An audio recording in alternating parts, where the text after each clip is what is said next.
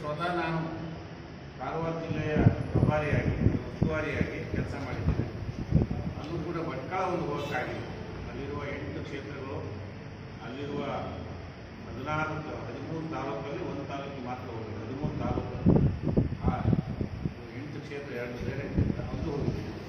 ಅಲ್ಲೂ ಕೂಡ ಒಳ್ಳೆಯ ವಾತಾವರಣ ಇದೆ. ಅಲ್ಲೂ ಕೂಡ ಕಾಗೇರಿಯವರು ಗೆಲ್ತಾರೆ. ಹೋದಲ್ಲಿ ಬಂದರೆ ಒಳ್ಳೆಯ ಸ್ಪಂದನೆ ಇದೆ. ನಾವು ಈ ಸಾರಿ ಅಭಿವೃದ್ಧಿಯನ್ನು ಮುಂದಿಟ್ಟುಕೊಂಡು ಶಿವಮೊಗ್ಗ ಜಿಲ್ಲೆಯಲ್ಲಿ ಮತ ಕೇಳಿದ್ದೇವೆ. ಮತ್ತು ಮೋದಿಯೇ ಗ್ಯಾರಂಟಿ ದೇಶಕ್ಕೆ ಗ್ಯಾರಂಟಿ ಮೋದಿ. ನಾವು ಮೋದಿಯವ್ರಿಗೆ ಹೇಗೆ ಅಂತ ಹೇಳಿದ್ರೆ, BJP ಹೇಗೆ ಅಂತ ಹೇಳಿದ್ರೆ, 2047ನೇ ಇಸ್ವಿ ಸ್ವಾತಂತ್ರ್ಯ ಬಂದು 100 ವರ್ಷ. ನಮ್ಮ ಸಂಕಲ್ಪ ಅಭಿವೃದ್ಧಿ, ವಿಕಸಿತ ಭಾರತ ಹೇಗೆ ವಿಕಾಸ ಆಗಬೇಕು ಅನ್ನೋ ಯೋಜನೆ ಮಾಡಿ ಅದನ್ನು ಗ್ಯಾರಂಟಿ ಕೊಡ್ತಾ ಇದ್ದೀವಿ. ನಾನು ವಿವರಗಳಿಗೆ ಹೋಗೋದಿಲ್ಲ. ನಮ್ಮದು ಗ್ಯಾರಂಟಿ ಅದು ಇದು ಏನೇನೆಲ್ಲ ಮಾಡಿದ್ದೀವಿ, ಸಾಕಷ್ಟು ಅಭಿವೃದ್ಧಿ ಮಾಡಿದ್ದೀವಿ. 2047ನೇ ಇಸ್ವಿ ನಾನೂ ಬದುಕಿರಲ್ಲ, ಇನ್ನೊಬ್ಬರು ಬದುಕಿರಲ್ಲ, ಮೋದಿ ಸ್ವತಃ ಬದುಕಿರಲ್ಲ. ಬದುಕಲಿ, ಬೇರೆ ವಿಷಯ ನಾನು ಹೇಳ್ತಿರೋದು. ಅದು ನಮ್ಮ ಯೋಜನೆಗಳು, ನಮ್ಮ ಪಕ್ಷದ ಯೋಜನೆಗಳು, ಆಲೋಚನೆಗಳು ಹಾಗೆ ಅದಕ್ಕೆ ಯೋಜನೆಗಳು ಮಾಡಿಕೊಂಡು ಅದನ್ನು ಪ್ರಣಾಳಿಕೆಯಲ್ಲಿ ಸೇರಿಸಿ ಹಾಗೆ 100 ವರ್ಷಕ್ಕೆ ಸ್ವಾತಂತ್ರ್ಯ ಬಂದ ಭಾರತಕ್ಕೆ 100 ವರ್ಷಕ್ಕೆ 2047ನೇ ಇಸ್ವಿ ಹೇಗಿರಬೇಕು ಅಂತ ಕಲ್ಪನೆ ಇಟ್ಕೊಂಡು ಹೋಗ್ತಿಲ್ಲ. ಅದು ಗ್ಯಾರಂಟಿ.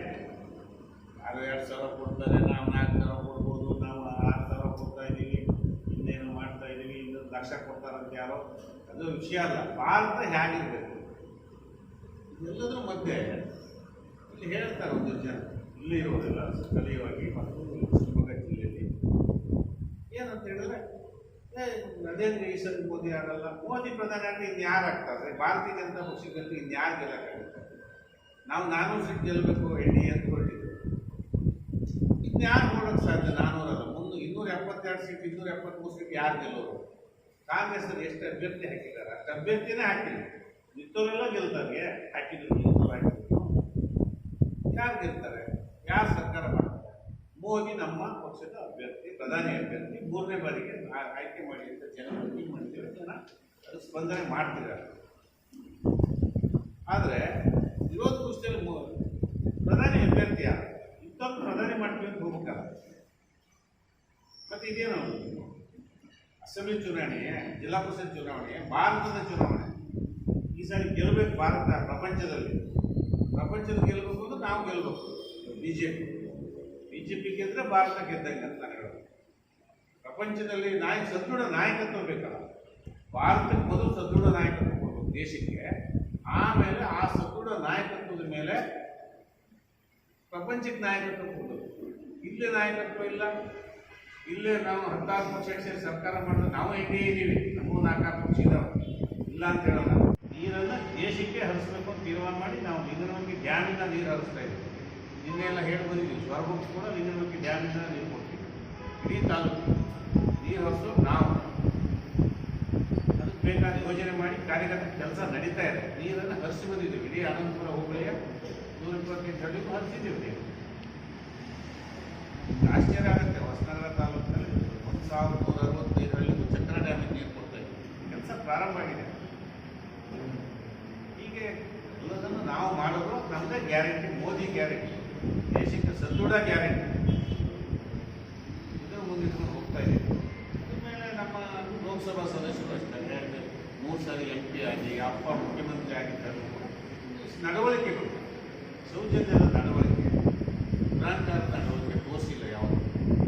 ಯಾರೋ ಕಾರ್ಯಭಾವನೆಯಿಂದ ನನ್ನಂತವರಿಗೆ ಹಣ ಹಂಗಾಗಲ್ಲ ಅಂತ ಹೇಳಿದ್ರು. ನಾವು ಯಾವುದು ಹಾಗಲ್ಲ ಹಿಂಗಂತ ಹೇಳೋದು. ಅದು ಬಿಟ್ಟರೆ ಸಾಧಾರಣವಾಗಿ ಅವರಿಗಿರುವಂಥ ಎಲ್ಲ ಅನುಕೂಲತೆಗಳಿಗೆ, ಅವಕಾಶಗಳಿಗೆ ಆ ಮಟ್ಟಕ್ಕೆ ಒಂದು ಸ್ಮೂತ್ ಗೋಯಿಂಗ್, ಸೌಮ್ಯ ಸ್ವಭಾವದ ನಡವಳಿಕೆ ಉಳ್ಳವರು ಹೇಳಕ್ಕೆ ಇಷ್ಟಪಡ್ತೇನೆ. ಹಿರೇಕೆರೂರು, ಸಾವನೂರು, ಚಿಕ್ಕೇರೂರು ರಸ್ತೆಯಿಂದ ಇದಾವೆ. ಈಗ ಕಾಯಕಲ್ಪ ಕೂಡ ಶುರು ಮಾಡಿದ್ದೀವಿ. ಆಗಿಲ್ಲ, ನಾವೇನು ಮಾಡಿಲ್ಲ. ಯಾವುದೇ ಒಂದು ರಸ್ತೆಗಳು ಎಲ್ಲೆಲ್ಲಿ ರಸ್ತೆ ಹೋಗಿದೆ ಭಾರತ ದೇಶದಲ್ಲಿ ಅಲ್ಲಿ ಒಂದು ವ್ಯಾಲ್ಯೂ ಬಂದಿದೆ. ನಮ್ಮೂರಲ್ಲೂ ಅಷ್ಟೇ ಇಷ್ಟು ವ್ಯಾಲ್ಯೂ ಬರ್ತದೆ. ಅದನ್ನು ಪ್ರಾರಂಭ, ಈ ಊರಲ್ಲೂ ಅದು ಮಾಡೋಕ್ಕೆ ಪ್ರಾರಂಭ ಮಾಡಿದೆ. ಲೋಕಸಭಾ ಸದಸ್ಯರು, ನಾನು MLA ಆಗಿದ್ದವ್ರು ಮಾಡಿದ್ವಿ, ಲೋಕಸಭಾ ಸದಸ್ಯರು ಸಹಕಾರ ಕೊಟ್ಟು ಕೆಲಸ ಪ್ರಾರಂಭ ಆಗಿದೆ. ಇನ್ನಷ್ಟೇ ಮುಂದುವರಿಸಬೇಕು. ನೋಡೋಣ, ನಮ್ಮ ಕಾಯ್ದೆನೇ ಗೆಲ್ತಾರೆ. ಅಲ್ಲೂ ಸ್ವಲ್ಪ ಪ್ರಮಾಣದ ಶರಾವತಿಯಲ್ಲಿದ್ದಾರೆ. ಅರಣ್ಯ ಕಾಯ್ದೆ ಭಾಳ ದೊಡ್ಡ ಪ್ರಾಬ್ಲಮ್ ಇದೆ ಸರ್. ಇಲ್ಲಿ ಒಂದೇನಪ್ಪ ಅಂದರೆ, ಹಾಗಾಗಿ ಈ ಸರಿ ನಾವು ಎಲ್ಲ ಸ್ಪೀಚಲ್ಲೂ ಜನಕ್ಕೆ ಆಶ್ವಾಸನೆ ಕೊಡ್ತೀವಿ. ನಾವು ಅರಣ್ಯ ಕಾಯ್ದೆಯನ್ನು ಸಮಸ್ಯೆ ಬಗೆಹರಿಸ್ತೇವೆ, ಶರಾವತಿ ಸಮಸ್ಯೆನೂ ಬಗೆಹರಿಸ್ತೀವಿ ಅಂತ ಹೇಳಿದ್ವಿ. ಅದು ನಾವು ನೀವು ಕೇಳಿದಿರಿ, ನಮ್ಮ ಲೋಕಸಭಾ ಸದಸ್ಯರು ಒಪ್ಪಿಕೊಂಡಾಗ ನಾವು ಅದು ಪರಿಣಾಮಕಾರಿಯಾಗಿ ಮಾಡ್ತೀವಿ. ಮತ್ತು ಈ ಸಮಸ್ಯೆ ಬಗ್ಗೆ ನಮ್ಮ ಅದು ಯಾರ ಕಾರಣ ಏನು, ನಾನು ಅನೇಕ ಸರಿ ಪ್ರಯತ್ನ ಮಾಡಿದ್ದೆ ವೈಯಕ್ತಿಕವಾಗಿ ಇದೇ ಶಿವಮೊಗ್ಗದಲ್ಲಿ. ಸರ್ ಈಗ ಒಂದು ನಿಮಿಷ, ಇಬ್ಬರು ಮಾಡ್ಬೇಕಾದ ಬಗೆಹರಿಸ್ಬೇಕಾದ್ದು. ಮತ್ತು ಅವರಿಬ್ಬರು ಕೂಡ ಲಾಯರು ಆಗಿದ್ದವರು. ಸ್ವತಃ ಬಂಗಾರಪ್ಪ ಸಾಹೇಬರು ಮುಳುಗಡೆ ಬರಬೇಕು ಅನೇಕ ಕೇಸ್ ನಡೆಸಿದವರು. ಅಧಿಕಾರಕ್ಕೆ ಬರಬರ ಬೆಳ್ಕೊಂತಾನೆ ಹೋದ್ರು ಇಬ್ಬರು. ಅಲ್ಲಿಗೆ ಅದು ಸಣ್ಣದಾಯಿತು. ನಾವು ಹೇಳೋರು ಚಿಕ್ಕವರಾಗಿದ್ವಿ, ಇನ್ನೂ ಕಂಡುಬಿಡ್ತಾ ಇದ್ವಿ. ಅಷ್ಟೊತ್ತಿಗೆ ನಾವು ಸರಿಯಾಗಿ ಅಂತ ಪ್ರತಿಪಾದನೆ ಮಾಡೋ ಅಷ್ಟೊತ್ತಿಗೆ ಕೋರ್ಟಿಗೆ ಹೋಗ್ಬಿಟ್ಟಿದ್ದಾರೆ. ಅದೇ ಸುಪ್ರೀಂ ಕೋರ್ಟ್ ಇಶ್ಯೂ ಆಗ್ಬಿಟ್ಟು ಸರ್, ಅದೇ ಸರ್ ಕೇಳ್ತಿರೋದು. ಇಲ್ಲಿ ಎರಡು ಮಾಫಿಯಾ ಕೆಲಸ ಮಾಡ್ತಾ ಇದೆ. ಒಂದು, ಅರಣ್ಯ ಇಲಾಖೆಯ ಅಧಿಕಾರಿಗಳು ಪಾಳೆಗಾರರ ಥರ ವರ್ತನೆ ಮಾಡ್ತಾರೆ. ಇನ್ನೊಂದು, ಅರಣ್ಯ ಇಲಾಖೆ ಮತ್ತು ಕೆಲವು ಪರಿಸರವಾದಿ NGOಗಳು ಇಬ್ಬರು ಇಟ್ಟುಕೊಂಡು ಅವರು ನ್ಯಾಯಾಲಯದ ಮೂಲಕ ಬೆದರಿಸ್ತಾ ಇದ್ದಾರೆ. ಸೊ ನೀವು ಮಲೆನಾಡಿನ ಶಾಸಕರು ಮತ್ತು ಎಲ್ಲ ಪಕ್ಷದ ಶಾಸಕರು, ಎಲ್ಲ ಪಕ್ಷದ ಸಂಸದರು ಒಗ್ಗಟ್ಟಾಗಿ ಇದ್ರ ಬಗ್ಗೆ ಸರಿಯಾದಂಥ ಕೂಗನ್ನು ಎತ್ತಿದ್ದು ಮತ್ತು ಅವರನ್ನು ಬಗ್ಗು ಬಡಿಯುವ ಪ್ರಯತ್ನ ಮಾಡಿದ್ದು ಇದುವರೆಗೂ ಸಂಘಟನಾತ್ಮಕವಾಗಿ ಕಾಣಲಿಲ್ಲ. ಬಹುಶಃ ಇದು ಈ ದೌರ್ಬಲ್ಯ ಅವರಿಗೆ ವರದಾನವಾಗಿ ಕಾಣ್ತಿದೆ ಅಂತ.